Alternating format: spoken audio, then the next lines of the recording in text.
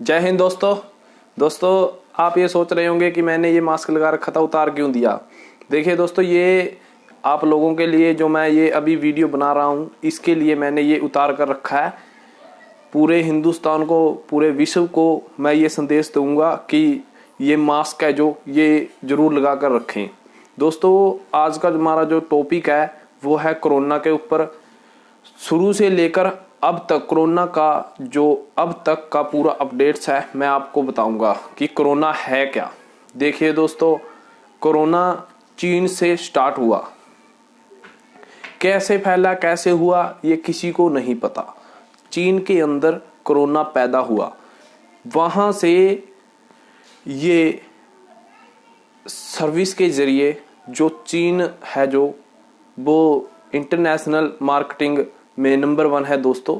वो पूरी विश्व के अंदर सामान पहुंचाता है हर देश में, और ट्रांसपोर्टिंग के जरिए ये एक जब चीन से कोई सामान दूसरे देश में गया, उसके जरिए ये एक एक करके कुछ देशों में फैला, जैसे कि इटली, फ्रांस, स्पेन और अमेरिका, और ऐसे ही 5-7 देशों में यह फैला।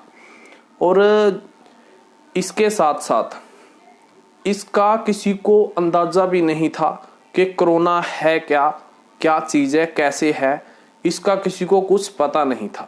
धीरे धीरे इसके स्टार्टिंग में जब 100-150 मरीज हुए कोरोना के, तो जब डेथ होनी स्टार्ट हो गई कोरोना से, 1 डेथ हुई, 10 डेथ हुई, जब 50 हुई, ऐसे ही जब उसके जरिए जिन्होंने ये ज्यादा होता गया, तब इसकी जो है संक्रमण की प्रक्रिया ये अधिक तेजी से बढ़ने लगी। जब 150 से 1000 हुआ, 1000 से 10,000, पूरी दुनिया के अंदर 10,000 कोरोना के मरीज हुए। इसका थोड़ा सा ये पता लगा कि कोई बीमारी चली है, और जब मृत्यु होने लगी, उनके पोस्टमार्टम किए गए। उनमें जब ज्यादातर मौतों के एक ही कारण था कि सभी मौतें एक ही कारण से हो रही थी, उसके हिसाब से इसका नाम रखा गया कोरोना वायरस, कोविड-19। तब दोस्तों किसी को नहीं पता था कि ये होता कैसे है। अब तो इसका पता लग गया है कि ये आदमी से आदमी में होता है, संक्रमण करता है। देखिए, जब 10,000 हुई, उसके बाद ये सभी देशों में फैलना शुरू हो गया। तब दोस्तों फरवरी मार्च में इसका आगमन हमारे हिंदुस्तान में भी हुआ। जब हमारे हिंदुस्तान में कोरोना का कोई पहला शख्स कोरोना से संक्रमित हमारे देश में आया, उससे किसी को इस चीज का पता भी नहीं था।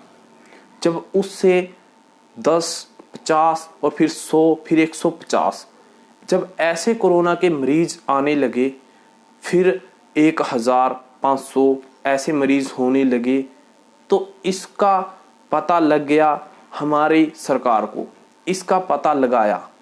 और जब इस चीज का पता लगते ही हमारे देश के प्रधानमंत्री नरेंद्र मोदी जी, उन्होंने मीटिंग रखी। मीटिंग रखते ही 20 मार्च को मीटिंग रखी थी। उस हिसाब से पूरे जो विश्व है, हर देश का कोरोना का जो अपडेट्स थी उनके बारे में जानकारी ली। उसके हिसाब से पूरे देश में, हमारे हिंदुस्तान में 550 मरीज थे, लेकिन पूरी दुनिया में इसके मरीज उस समय 30,000 प्लस हो चुके थे। तब दोस्तों जब हमारे देश में इसके 400 मरीज थे, तब हमारे देश के प्रधानमंत्री जी ने 22 मार्च को कर्फ्यू जारी किया।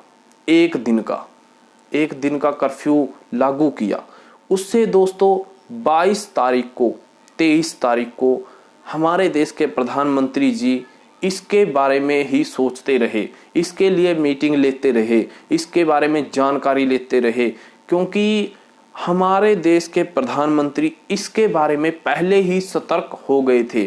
क्योंकि दूसरे देशों की कोरोना अपडेट्स जानकर, देखिए दूसरे देशों की जो मैं आपको कुछ परसेंटेज के हिसाब से अपडेट्स बताता हूं, जैसे कि 24 मार्च को दूसरे देशों में होने वाली मृत्यु जो थी कोरोना से, वो 24 मार्च को तो 550, ये दोस्तों सिर्फ अपडेट्स है 550, और 25 मार्च को ये 10,000 हो गई मरने वालों की संख्या।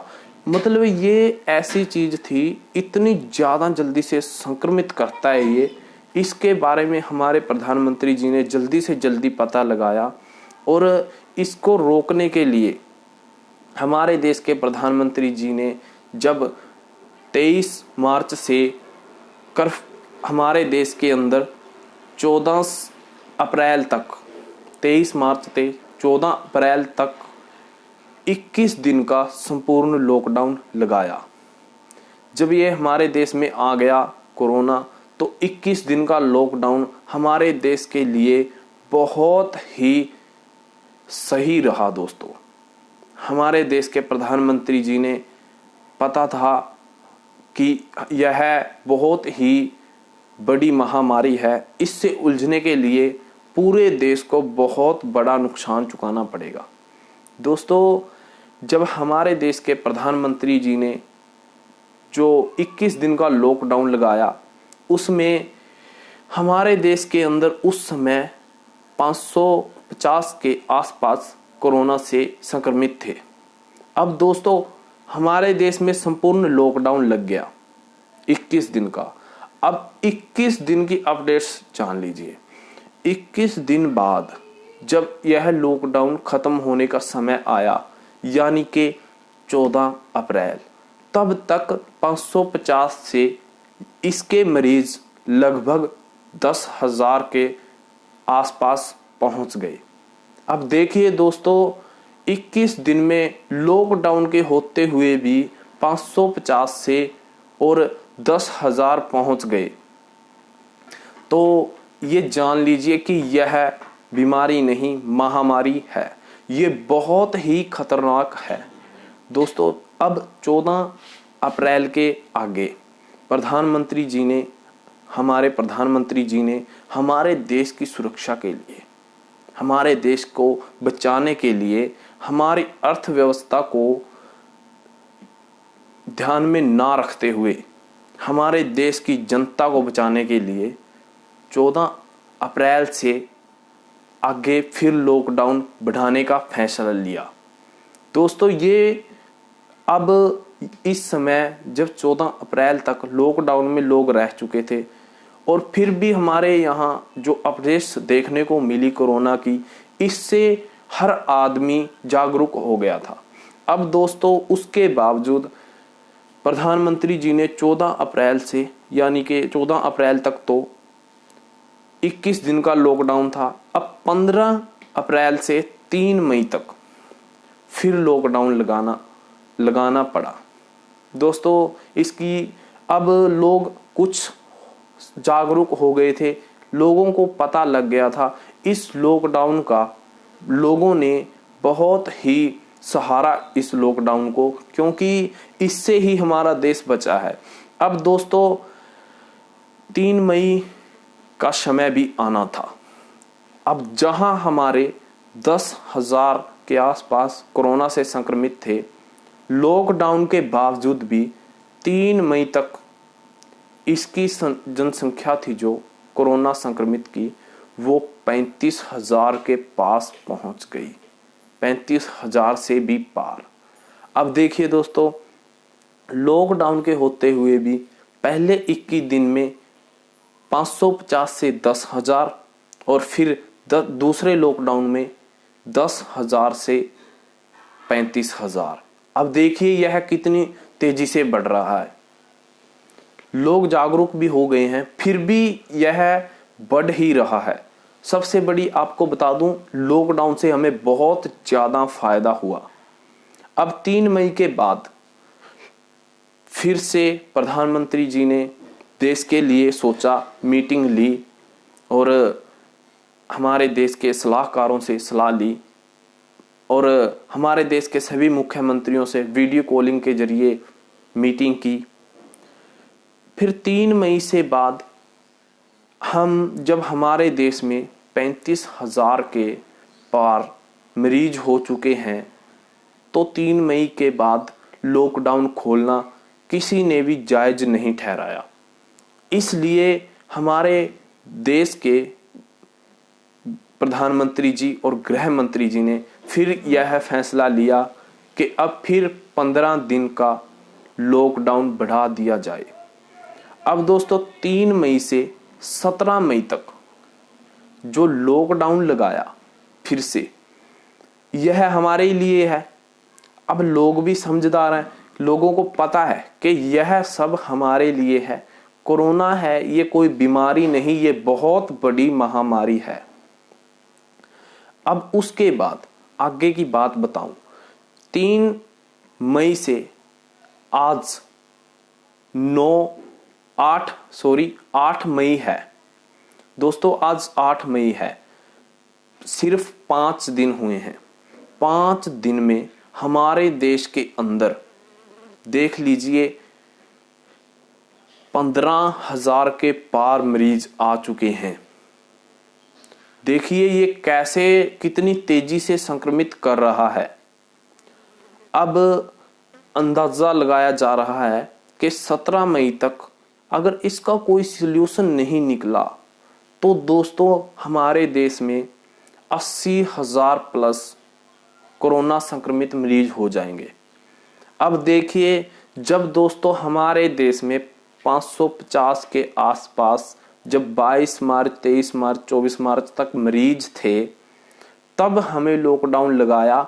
अब जब हमारे देश में 80,000 के पार कोरोना संक्रमित मरीज होंगे तो क्या लॉकडाउन हटा देना चाहिए?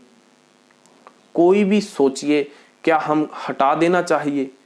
दोस्तों एक आप लोगों को मैं बताऊं, ग्राफिक बताऊं, अगर मान लीजिए हमारे देश के अंदर लॉकडाउन ना लगता, हमारे देश के प्रधानमंत्री इतनी जल्दी जल्दी फैसले ना लेते, तो सोचिए आज क्या स्थिति होती। दोस्तों आज की जो मैं थोड़ा सा बताऊं आप लोगों को, जो 550 थे ना लॉकडाउन से पहले, लॉकडाउन लगते ही धीरे धीरे बढ़ते गए।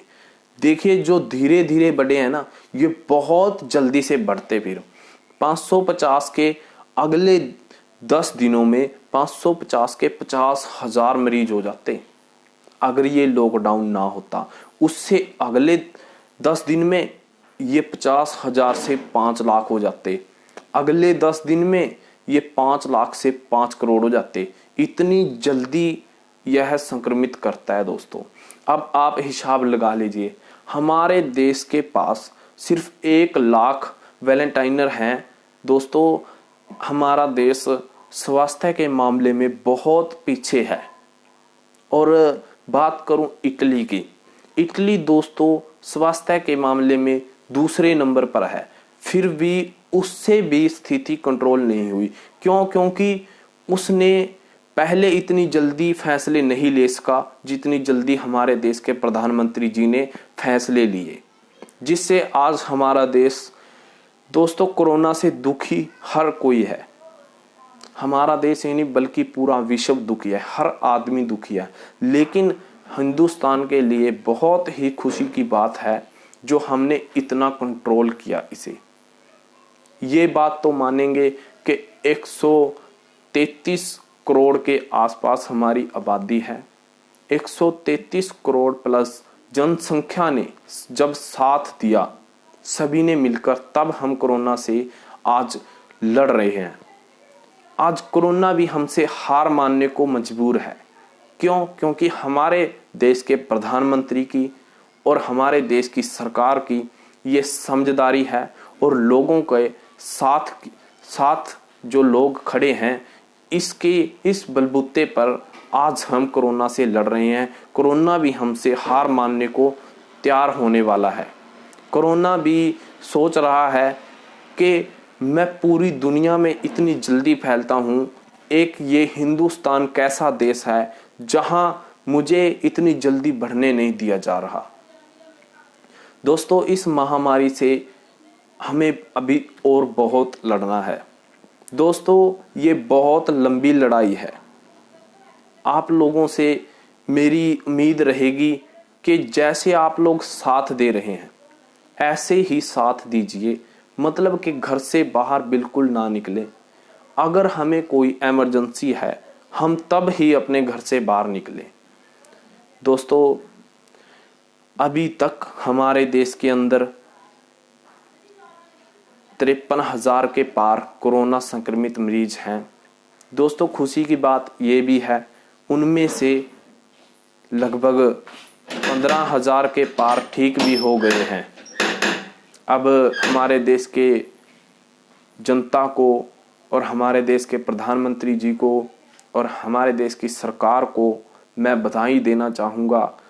दुनिया के हालात को देखते हुए हमारे देश में अभी कोरोना ना के बराबर है। दोस्तों, ये खुशी की बात जरूर है, लेकिन इसे हमें फिर भी सीरियसली लेना होगा, क्योंकि अभी भी हमारे देश के अंदर कोरोना से ठीक होने के बावजूद 40,000 के पार संक्रमित मामले हैं जिनका इलाज चल रहा है। अब दोस्तों, कोरोना से हम जीतेंगे कैसे, उसके लिए हमें क्या क्या करना होगा। दोस्तों, मास्क लगा कर रखिए, घर से बाहर मत निकलिए, अगर बिल्कुल ही मजबूरी है तब निकलिए।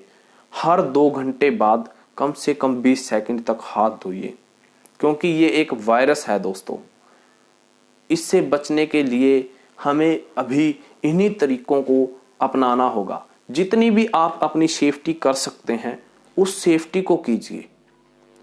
दोस्तों, वीडियो ज़्यादा लंबी हो गई होगी, कुछ सोचते होंगे कि इतनी ज़्यादा लंबी वीडियो कैसे देखें।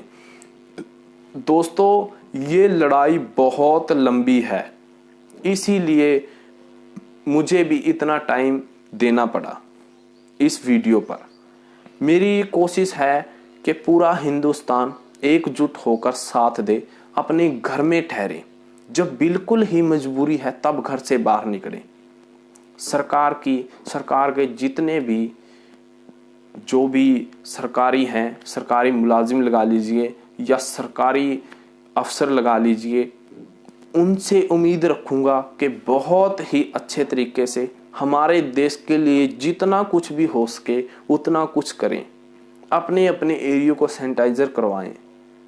और हमारे देश के प्रधानमंत्री जी के बारे में तो मैं यही कहना चाहूँगा कि आज अगर हमारे देश का प्रधानमंत्री नरेंद्र मोदी की जगह अगर कोई और होता तो आज हमारे देश के अंदर बहुत ही भयानक स्थिति होती। दोस्तों, आप लोग जो साथ दे रहे हैं इतने लॉकडाउन में भी, देखिए दोस्तों, ये जो लॉकडाउन है ये हमारे लिए मजबूरी है, हमारी सरकार के लिए मजबूरी है। हमारी सरकार का शौक नहीं कि हमारे देश को बंद करके रखें। दोस्तों, अरबों खरबों का नुकसान जो हमारे देश को आज उठाना पड़ रहा है, हमें इससे भी जूझना है। हर चीज़ हमें देखनी है, अपने देश की अर्थव्यवस्था को भी सेट रखना है। क्योंकि दोस्तों, अक्सर बात करता हूँ हमारे देश के विश्व गुरु होने की, उसके लिए अर्थव्यवस्था भी जरूरी है और लोगों की जान भी बहुत जरूरी है, क्योंकि जान है तो जहान है। कोरोना से हम जीतेंगे ही जीतेंगे। प्रतिज्ञा लीजिए, कोरोना तेरे को हम हरा कर ही रहेंगे, हम भी हिंदुस्तानी हैं, अपने देश को जिताकर ही रहेंगे। जय हिंद, जय भारत। और कोई कोरोना के बारे में अपडेट्स जानना चाहता हो, कोई सलाह लेना चाहता हो, कोई वीडियो बनवाना चाहता हो तो कमेंट कीजिए, उसी के ऊपर आप लोगों के लिए वीडियो बनाऊंगा। जय हिंद, जय भारत। भारत माता की जय। हिंदुस्तान जीतेगा, कोरोना हारेगा।